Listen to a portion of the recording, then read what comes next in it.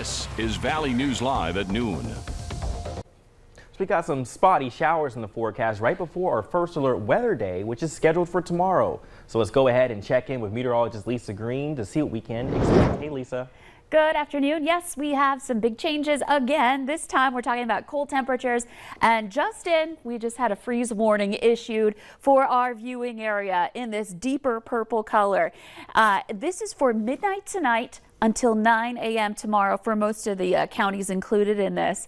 And that's because it looks like we have a decent shot that some of us will get down to the freezing mark. Now, not everybody will get there, but some places will. So now's your chance to be prepared for this.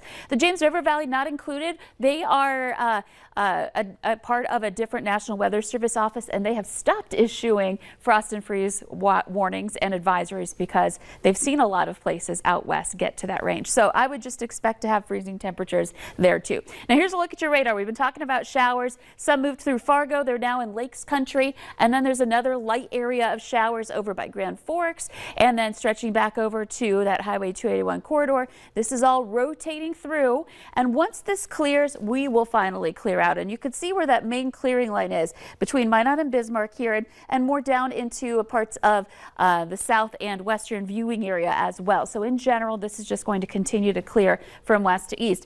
Jamestown has seen some sun from time to time. We're at 47 degrees there, 46 in Fargo. Devil's Lake getting a little sun peeking through. But Bemidji, we've got some showers. So it's not done yet. We're going to talk more about our chances for rain through the rest of your Friday, but also that weekend forecast, freeze potential, and we'll let you know when that sunshine returns too coming up.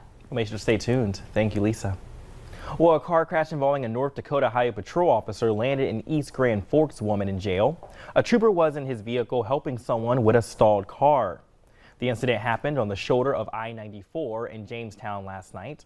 A driver approaching those vehicles slowed down, sideswiped the squad car, and kept going. The patrolman chased down the driver and arrested Angela Frickert for driving under suspension, driving without insurance, and failure to yield to an emergency vehicle. She was also picked up for an outstanding warrant out of Morton County for failure to appear on previous DUS charge. Neither Frickert nor the trooper were hurt in the crash.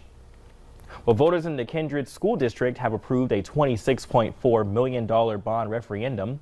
The superintendent says that 538 voters approved it. He also tells us that it will cover the remodel of the elementary school and a new middle school addition and its auditorium. Minnesota Governor Tim Walz says the administration is expected to announce expanded COVID testing options today. Meanwhile, state health officials are seeking donations of services, products, and unique experiences to offer 12 to 17-year-olds who get vaccinated. The incentives will expand to 5 to 11 years old if they're approved for shots. The governor said he anticipates that age group will become eligible by the last week in October or the first week of November. Today, an FDA panel of advisors will vote on whether Johnson & Johnson's COVID-19 booster should receive emergency use authorization. It comes on the heels of the panel's decision yesterday to recommend the Moderna booster shot for seniors and high-risk Americans. Skylar Henry reports from the FDA's headquarters in Silver Spring, Maryland. For the second day in a row, an FDA advisory panel convened, this time to decide if the Johnson & Johnson COVID-19 booster shot could benefit some high-risk Americans who've already received one dose. We want to provide optimal protection against COVID, and we know that a booster dose will do that. Today, the group of experts also hears data on a study by the National Institutes of Health, which found mixing vaccines from different manufacturers for a booster shot is safe. The study, which has not yet been peer-reviewed, also found that Johnson & Johnson recipients benefited more from getting a Moderna or Pfizer booster. Thursday, the FDA panel voted to recommend Moderna's booster for Americans over the age of 65 or high risk. We do have a unanimous 19 out of 19 yes vote. Full FDA authorization could come in days. Then the CDC would meet next week to provide guidance, which means a full rollout of Moderna booster shots could come as soon as next Friday. Pfizer's booster shot was the first approved for seniors and high-risk individuals. According to CDC data, more than 9 million Americans have received a booster dose. They're free available and convenient to get. President Biden says the country is making progress against the pandemic, but he's urging the tens of millions of still unvaccinated eligible Americans to roll up their sleeves. Skylar Henry, CBS News, Silver Spring, Maryland. Today, the White House said the new policy requiring all adult foreign travelers to the U.S. to be vaccinated will officially begin on November 8th. This applies to those traveling by air and land, as well as those undertaking non-essential ferry travel from Canada and Mexico. Well, new research shows that COVID-19 cases among children peaked in September. It comes after many schools opened for in-person classes amid the country's Delta variant COVID surge. According to the American Academy of Pediatrics, more than 6 million children have tested positive for COVID since the beginning of the pandemic, with more than 1.1 million new cases recorded from September 3rd to September 10th. Meanwhile, new data from the CDC shows that COVID deaths among children under age 15 also reached its highest level in September, with 41 children dying of COVID from September 4th to October 2nd. Overall, the CDC reports that children under 12 years old made up less than 1% of COVID deaths since January 2020. Demand for the coronavirus vaccine helped Walgreens' bottom line. Profits totaled $627 million during its fourth quarter. The drugstore chain says it administered 13.5 million COVID-19 vaccinations. That was nearly double what it expected.